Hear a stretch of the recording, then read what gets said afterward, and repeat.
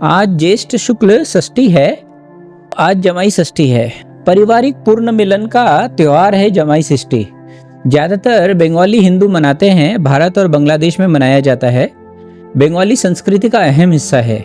इस दिन जमाई या दामाद अपनी बेटी को घर बुलाकर उसकी पूजा अर्चना करते हैं, स्वागत करते हैं, खुश करते हैं और सब मिलकर षष्ठी देवी की पूजा करते हैं।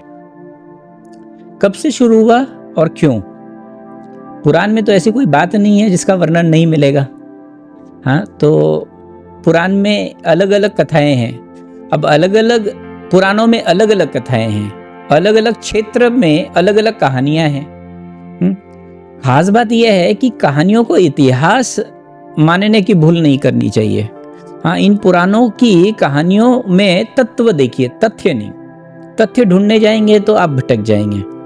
हाँ, कहानियों के माध्यम से कुछ संदेश दिए जाते थे। अगर कोई मुझसे कहता है कि भाई जो भारत की संस्कृति है वो सबसे पुरानी क्यों रह गई, तो उसका कारण ये पुराण ही है।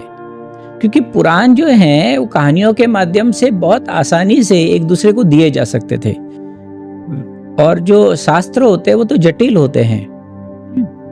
तो पुराण समझते हैं षष्ठी का। तो पहली कहानी लेता हूं। पहले यह प्रचलन था कि जब तक विवाहित स्त्री को संतान न हो तब तक वह अपने मायके नहीं जा सकती थी। ऐसी प्रथा थी। तो दोनों परिवार के बीच में तो दूरी बन जाती थी। इसका उपाय ढूंढना जरूरी था। तो एक दंपति ने संतान न होने के वजह से एक उपाय सूझा, क्योंकि बहुत दिन हो गए थे, संतान नहीं हो रहा था। तो सास ने एक उपाय खोजा। उसने षष्ठी देवी की पूजा रखी और निमंत्रण दिया जमाई और बेटी को कि सब मिलकर अगर पूजा करेंगे, व्रत रखेंगे तो संतान हो जाएगा। अब ऐसी बात में कौन ना करता है ना। तो पूरे समाज ने भी स्वीकार किया इस बात का। पूजा के लिए तो इनकार नहीं करना है। तो इस तरीके से पूजा और व्रत हुआ, संतान हो गई, और तभी से जमाई षष्ठी का पारिवारिक एकता का पर्व शुरू हो गया। तो ये तो पहली बात है और सबसे ज्यादा प्रचलित बात है। अब दूसरी कहानी थोड़ी बचकाना है पर संदेशवाहक है। हाँ, एक स्त्री रोज चोरी करती थी और दोष बिल्ली पर लगा देती थी। अब षष्ठी माँ जो है उनकी सवारी बिल्ली है, जो षष्ठी माँ है।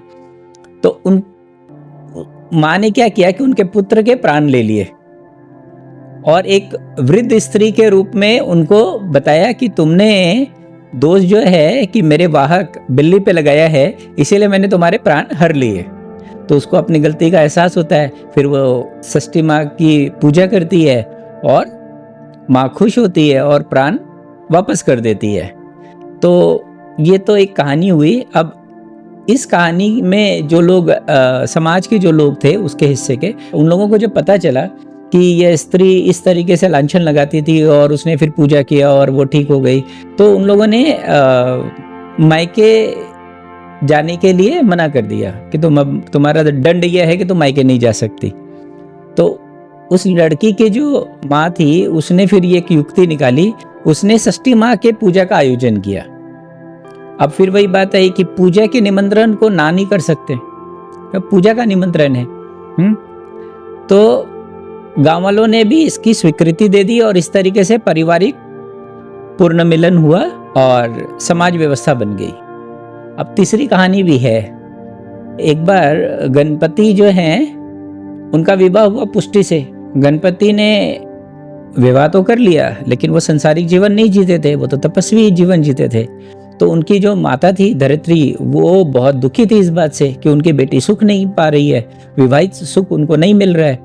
तो उन्होंने एक उपाय लगाया। उन्होंने ज्येष्ठ शुक्ल षष्ठी को व्रत रखा, गणपति जी को निमंत्रण भेजा। तो गणपति जी गए तो गणपति जी को बातों से पता चल गया कि क्यों बुलाया गया है। तो उन्होंने एक युक्ति रची। उनको खाना जब खिलाया गया तो वो खाते गए। अब वो तो माया थी तो उनकी, तो वो खाते गए और खाना खत्म होता गया। खाना खत्म हो गया लेकिन उनका पेट ही नहीं भरा। तो फिर पुष्टि जो उनकी अर्धांगिनी थी उनको उन्होंने बताया कि आप इनको जो है ध्रुव डालकर खाना दीजिए तो इनका पेट भर जाएगा। तो इनको ध्रुव डाल के खाना दिया गया तो उनका पेट भर गया। तो खाना भरने के बाद उन्होंने बहुत खुश हुए कि उनको जैसा पसंद है वैसा उनका काम हुआ। तो उन्होंने आशीर्वाद मांगने को कहा, तो सासू माँ ने, उनकी धरित्री माँ ने उनको फिर प्रार्थना की कि बेटी के साथ वैवाहिक संसारिक जीवन आप जिए। तो उन्होंने ये आशीर्वाद दिया और तब से पूजा शुरू हो गई। षष्ठी माँ की पूजा होती है और जमाई की लोग आरती उतारते हैं, जैसा कि सब जानते हैं, तिलक करते हैं, आरती उतारते हैं, खुश करते हैं, उनको मिठाइयाँ खिलाते हैं। तो इसका महत्व यह है कि कहानियों के माध्यम से पति पत्नी के रिश्तों को बनाए रखने की व्यवस्था की गई। माँ षष्ठी पूजा व्रत के माध्यम से दो परिवार के बीच में संबंध बनाए रखने की व्यवस्था की गई। तो इस तरीके से एक संस्कृति का भी जन्म हुआ। इसके माध्यम से बेटी और जमाई को घर बुलाने का अवसर मिलता है, जमाई को खुश करने का अवसर मिलता है, परिवार को एक हो जाने का अवसर मिलता है, साथ मिलकर सब मिलकर उत्सव मनाते हैं उस दिन। तो जमाई षष्ठी जीवन को खुश रखने का सांस्कृतिक अनुष्ठान है।